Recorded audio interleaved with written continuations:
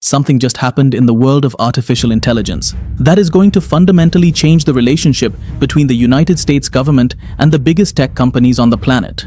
This isn't just another software update or a new chatbot feature. This is a massive multi-billion-dollar shift in how power is balanced between Silicon Valley and the Pentagon.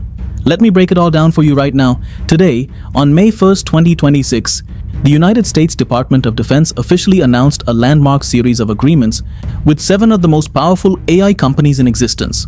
We are talking about OpenAI, Google, Nvidia, Microsoft, Amazon Web Services, SpaceX, and a rising powerhouse called Reflection AI. These companies have all signed on to allow the US military to use their most advanced artificial intelligence technology for, and I quote, any lawful use. This includes classified military work, intelligence operations, and drone warfare. The Pentagon is putting its money where its mouth is, budgeting tens of billions of dollars for these cutting-edge programs, including a staggering $54 billion specifically for the development of autonomous weapons. Now, why does this matter so much today? For years, there has been a massive internal struggle within tech companies. Employees at Google and Microsoft have famously protested against their technology being used for warfare. But today, that wall has officially crumbled. By agreeing to the lawful use standard, these companies are essentially giving the military a green light to integrate frontier models, like the newly released GPT 5.5, into the very core of national defense. This marks the beginning of the United States as an AI-first fighting force. Let's get into the deep analysis of what's actually happening under the hood. The Pentagon is moving away from building its own isolated systems and is instead plugging directly into the massive compute power of the private sector. Think about the scale here. We are moving from humans in the loop to what experts call human on the loop or even human out of the loop systems. The technical breakdown is fascinating. These agreements allow the military to use something called Agentic AI. These aren't just bots you talk to, they are systems that can reason, plan, and execute complex tasks across different domains. While a standard AI might help you write an email, these military-grade versions are being trained to maintain what the Pentagon calls decision superiority.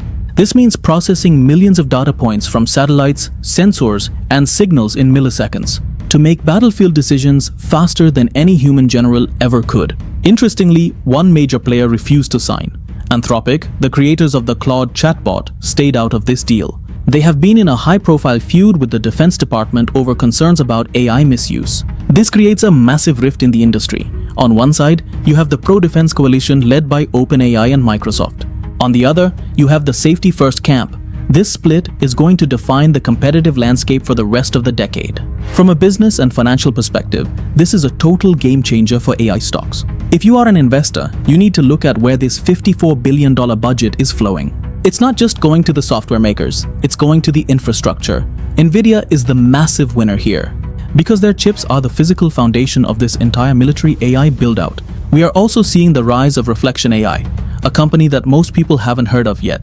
But they are already seeking a $25 billion valuation and have direct ties to major political figures. The industries that will profit most are defense contractors who can successfully pivot to software-defined warfare. Companies like Palantir and Anduril are now in a prime position to act as the glue between the big tech models and the military's hardware.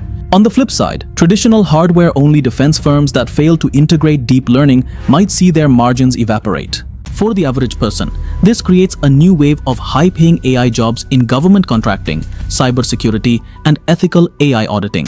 The demand for people who understand how to secure these models against adversarial attacks is going to skyrocket. We are talking about 6-figure salaries for entry-level roles in what is being called the AI defense corridor. But how does this affect you in your daily life? It might feel distant, but the technology developed for the military always trickles down to the consumer. Think about GPS or the internet. Both started as military projects. The breakthroughs in autonomous navigation for drones will lead to near-perfect self-driving cars and delivery robots in our cities within years. In healthcare, the same agentic AI used for battlefield logistics will be applied to hospital management, predicting patient surges and automating complex surgical schedules. In your personal productivity, the level of reliability required for a military AI means the version you use at home is about to get a lot more stable and capable. Imagine a personal assistant that doesn't just suggest a gift for your friend, but actually researches their interests, finds the best price, handles the payment, and tracks the delivery without you saying a word. Now I'm curious, Do you think this partnership between big tech and the military is a necessary step for national security, or is it a dangerous move that gives AI too much power over human life? Drop your take in the comments. I actually read every single one. And if you're finding this analysis valuable, you know what to do. That subscribe button is right there, and it genuinely helps this channel keep bringing you these deep dives for free. Looking ahead, my first bold prediction for the next 6 months is that we will see a massive surge in sovereign AI investments. Other countries aren't going to sit back and watch the US build an AI-first military. Expect China, the UK, and the EU to announce their own multi-billion-dollar AI defense funds. Second, within 1 year, we will likely see the first major legal challenge regarding AI-driven combat decisions. The question of who is responsible when an autonomous system makes a mistake will go all the way to the Supreme Court. Finally, in 5 years, the concept of a standalone AI company might not even exist. AI will be so deeply integrated into the state and the economy that every major tech firm will effectively be a defense and infrastructure company. Here is what you should do right now to stay ahead. First, if you are an investor, diversify into the AI infrastructure layer. Don't just bet on the chatbots, bet on the power and the silicon. Second, if you are a professional, start learning the basics of AI security and governance. These are the skill sets that will be recession-proof in this new era. The age of AI as a curiosity is over. The age of AI as the ultimate lever of global power has officially begun. You cannot afford to look away now. I'll see you in the next one, where we'll dive even deeper into the tools you need to thrive in this transition. In this video, Kashi breaks down the number one biggest AI update of the year. The US Department of Defense is investing $54 billion into autonomous weapons. We explore the lawful use agreement and what it means for the future of GPT 5.5 and other frontier models like those from OpenAI and Google. But not everyone is on board.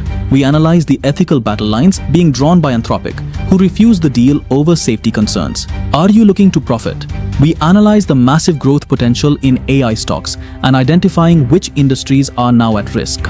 This shift is creating entirely new career paths in defense and security. From drone tech to healthcare, the impact is real. Your action plan is simple: master the tools and track the money. The singularity is closer than you think. I am Kashi. Stay sharp, stay questioning. I'll see you in the next deep dive.